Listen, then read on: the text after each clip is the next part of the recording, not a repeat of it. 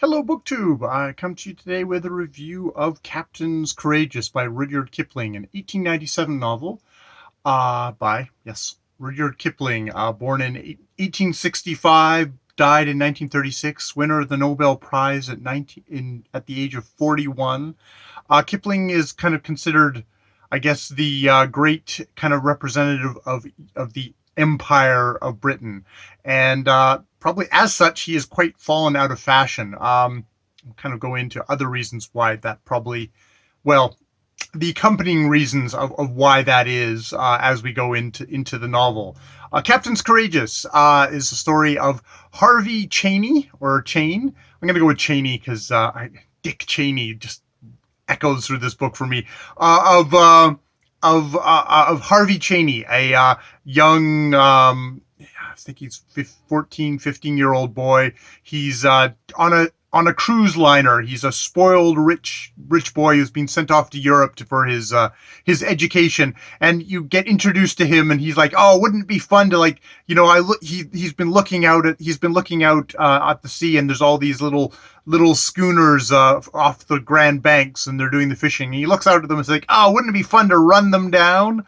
Well, Harvey, as may not be surprising, is leaning over, feeling kind of ill after having smoked some kind of some really heavy cigar, falls overboard, and indeed gets fished up by one of the little dories that come off of these fishing schooners, and becomes a boy on one of these things, the We're Here schooner, captained by Disco Troop, with the son Dan Troop, who becomes his friend, his mentor, and his friend as he goes along in this thing. And it's kind of one of your classic sea tales where some kind of spoiled rich boy gets taken on board, taken in hand by the hard fishing life, and gets turned into a man, gets turned into a kind of a solid, good stable man, versus a spoiled, kind of ruined, lazy rich boy. So it's got kind of it's the classic tale. And for all I know, it's in 1897. This is one of the premier examples of Kipling is really good at giving you all the kind of the details and the feels of being on a little schooner in the middle of the vast ocean. It gives you a sense of exactly how tiny and how dangerous this life is. And indeed, you see a whole one of the other schooners just get swallowed whole, because they're all the people are drunk, and they haven't been taking care of the ship, and you basically have to keep everything honed to a certain degree, or else the sea is incredibly unforgiving and you will just get sucked down to your death. This is, of course, this is a world of men, and only men. The women are left to worry on the shore, and kind of the knife's edge that a lot of these guys live on. Now, this is an 1897 novel, and it is full of racism. There is a black cook on board who isn't called black, is called that other word. And indeed, the word that I'm obviously referring to, that you refer to black people as, is kind of sprinkled throughout this book from the very beginning to the very end. And the cook, of course, is one of these characters who he's actually seems to have a really odd kind of backstory. He's called the Doctor, and but he's for the most part, he doesn't talk much. He just does kind of dumb show, which, as Harvey says, is basically how he's never seen a black person actually speak full sentences. This is an American boy, but yeah, black people don't really talk at all. They just, there's very nodding and all that stuff. So you're really in that kind of a world. And of course, as the thing goes on, this character immediately volunteers himself for service for Harvey. So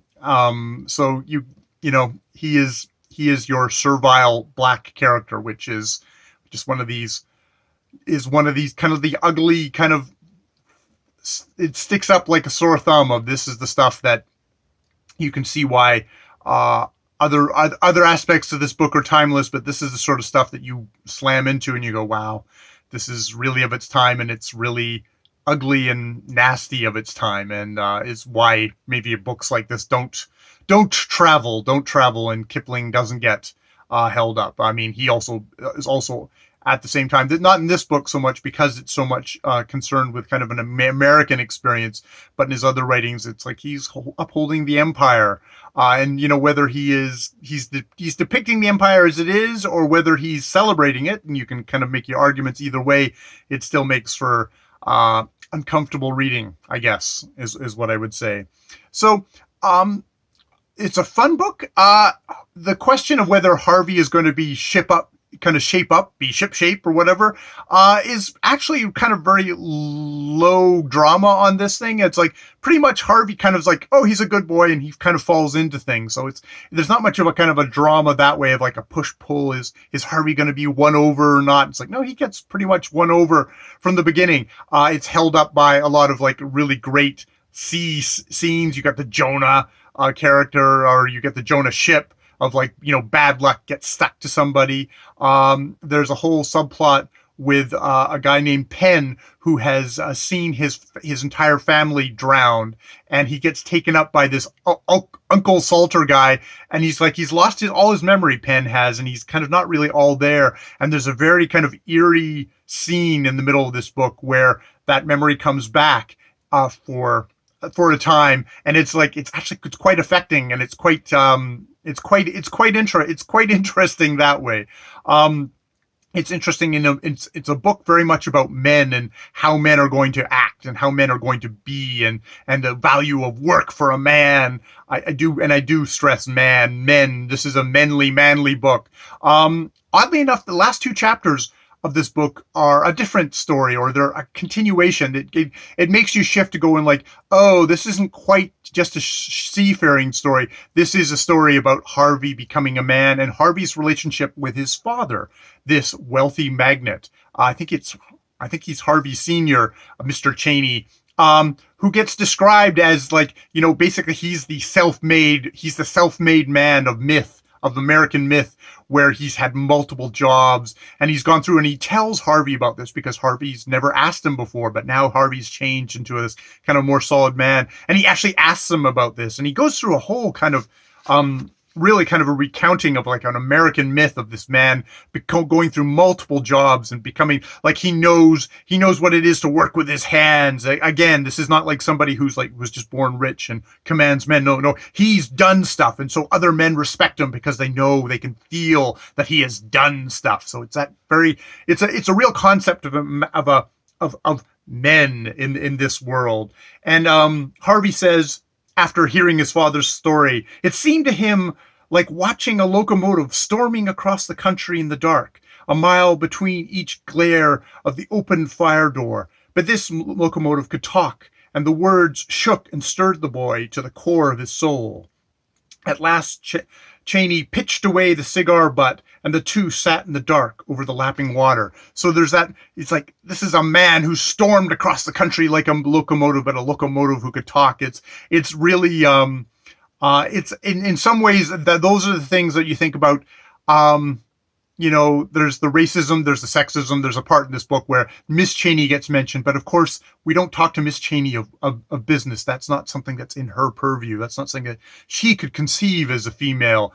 She's been a neurotic woman who's coddled the boy, and it's, how much of that is laid on her and how much of that is Mr. Cheney neglecting Harvey that had caused him, this good boy, to kind of fall into bad ways. But it's so it's, it's one of these books that the masculinity in it it's an interesting, it's not a masculinity that I particularly endorse, but it's a masculinity that I can see still has its resonance today and is interesting that way. There's also the racism and the sexism, which it's an 1897 book, and you're going to get that. And I think it's good to look at that and see, yeah, it was there, and to say, what can we do differently? And also maybe this masculinity, because it's a tale of masculinity, of making a man, of a certain way of making a man, and the work and the hands-on effort. And it's which, I mean, that I think feeds into the ideas of also demeaning other human beings in different ways to hold up this kind of a man's man sort of thing. So yeah, it was an interesting read. Kipling does a lot of his language. He uses a lot of dialect in his language. He seems to be actually fairly good at that. Thankfully, the black person in the book is supposed to be Celtic. He's got Welsh. He speaks Welsh. We don't get that kind of a stereotype. We get a lot of the kind of the different dialects of people working off of places like Maine and the Grand Banks and all those things. And I can't obviously judge on that, but it didn't get in the way of my reading. Other people who maybe are like, oh, this is so thick in dialects might kind of like, that might be just too much for them. But yeah, overall, I can see why Kipling is somebody who, even though he's got so many barriers, so many strikes against him, is someone who still probably should last. He's the rating sings, I think, as I said somewhere else. It sings. It's there. Even if you disagree with everything you read, it's like it sings, and it's vivid. And I enjoyed it on that level. So, and I guess I enjoyed tussling with it as well. So yes, that's my thoughts on Captains Courageous by Rudyard Kipling. More videos later.